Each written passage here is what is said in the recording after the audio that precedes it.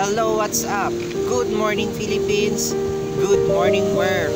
Andito na naman po tayo para mag-comment at mag-react dito sa isang nag-viral na video tungkol kay Kris Aquino at tungkol sa kayamanan niya at kung kanino niya iiwanan ang kanyang dalawang anak. Tila ipinilita ni Kris Aquino ang dalawa niyang anak na si Diyos at Bebe sa kanyang long-term friend na si Boy Abunda.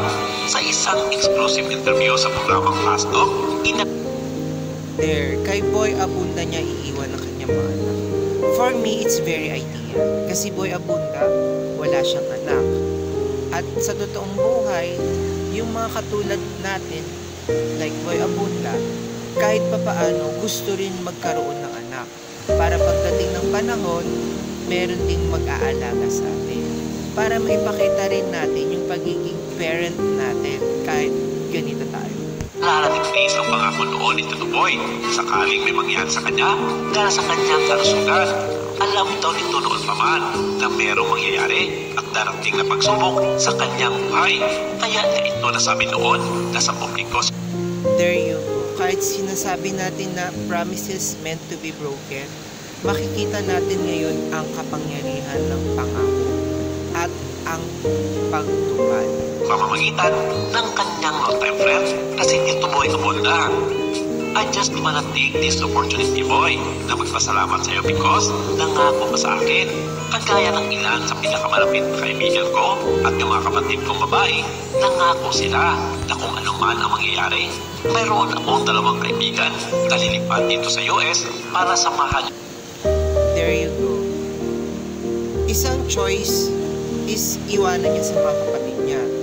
Pero, maganda yung choice niya na iwanan niya kay Boy Abunda. Kasi, yung mga kapatid niya may mga anak yan. Siyempre, hindi pwedeng mahati. Or, pwedeng mahati, pero magkakaroon niya ng issue.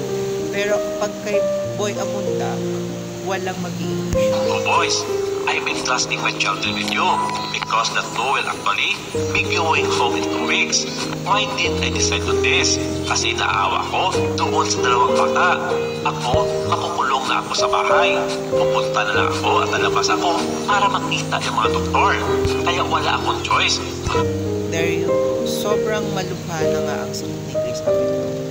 Nagkalat na sa social media, marami na nasasabi ang tao. Kris Aquino is a good person. Meron siyang mabuting puso at mabait siyang tao. Marami siyang natulungan dahil sa program niya Kris TV at sa ibang pagkakataon na pwede siyang tumutulong siya. Ginagawa niya lahat ng paraan para makatao si Kris. Kaya it's not karma for him. Tila ipinilita ni Kris Aquino ang dalawa niyang anak na si Ngayon natin mapapatunayan yung power ng hula. Ako naniniwala rin ako sa hula. Ako naniniwala rin ako sa hula. So, ang hula kasi kay Kris Aquino is mag-goodbye siya this year. Pero sana tumagal pang buhay niya and I wish gumaling si Kris Aquino. Ano man ang mangyari, makakris din ako kahit papaano.